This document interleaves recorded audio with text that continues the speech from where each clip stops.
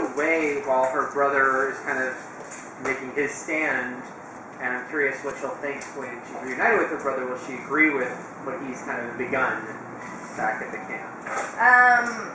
Because Octavia did spend so much time, I'm going to say 70% of her life in captivity under the floorboards, and when anybody or anyone tries to tell her what to do, I think she really, like any teenager wants to do, is figure out the mistake for themselves as opposed to take the warning.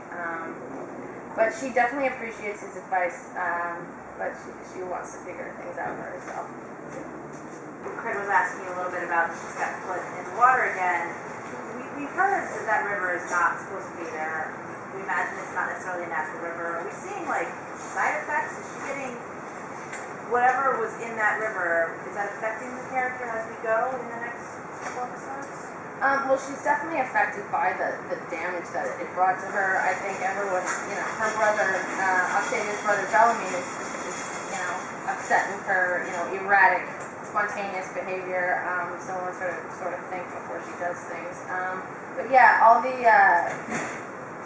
snake or whatever it was underneath the water is definitely a byproduct of the apocalypse and radiation. Who knows? You'll have to tune in to find out what else lies on Earth and how things have changed. What's the biggest threat facing the kids on the ground? Is it more Earth itself or each other?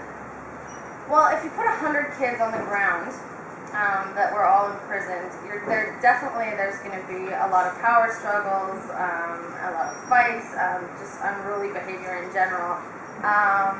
In terms of what's out there and what's dangerous, there's a lot of things that become a threat to the 100 in terms of time in general, because they're simply running out of resources up in space.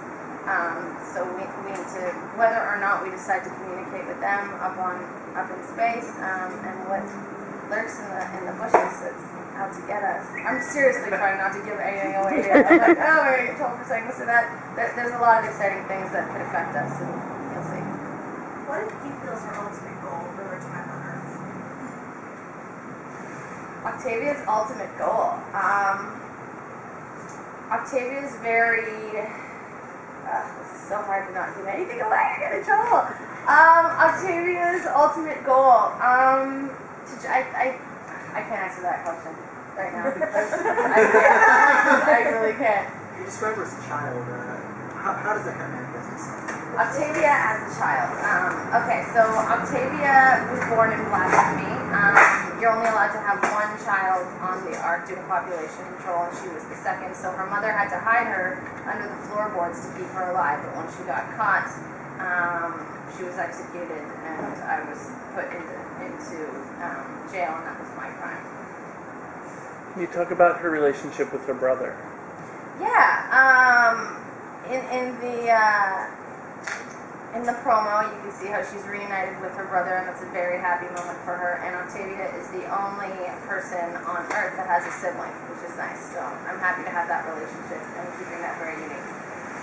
Is there any element of guilt there that he was the first child and she came along? No, I don't think. Octavia didn't have any control over the birds and the bees that time. I think she's just happy to still have 2 feet and a heartbeat, to be honest. We see a vulnerable side to her. She definitely seems kind of tough and does her own thing. But does that peel away a little bit? Yeah, that definitely peels away.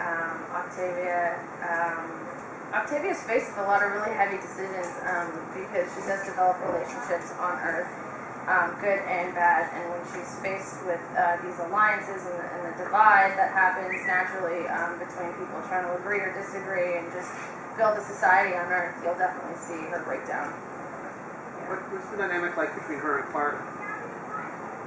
Clark and Octavia could not be more yin and yang, but through the compassion of each other and just the human spirit in general, they have their moments, but just they're still 2 young teenage girls that are very different from one another. So then there's that.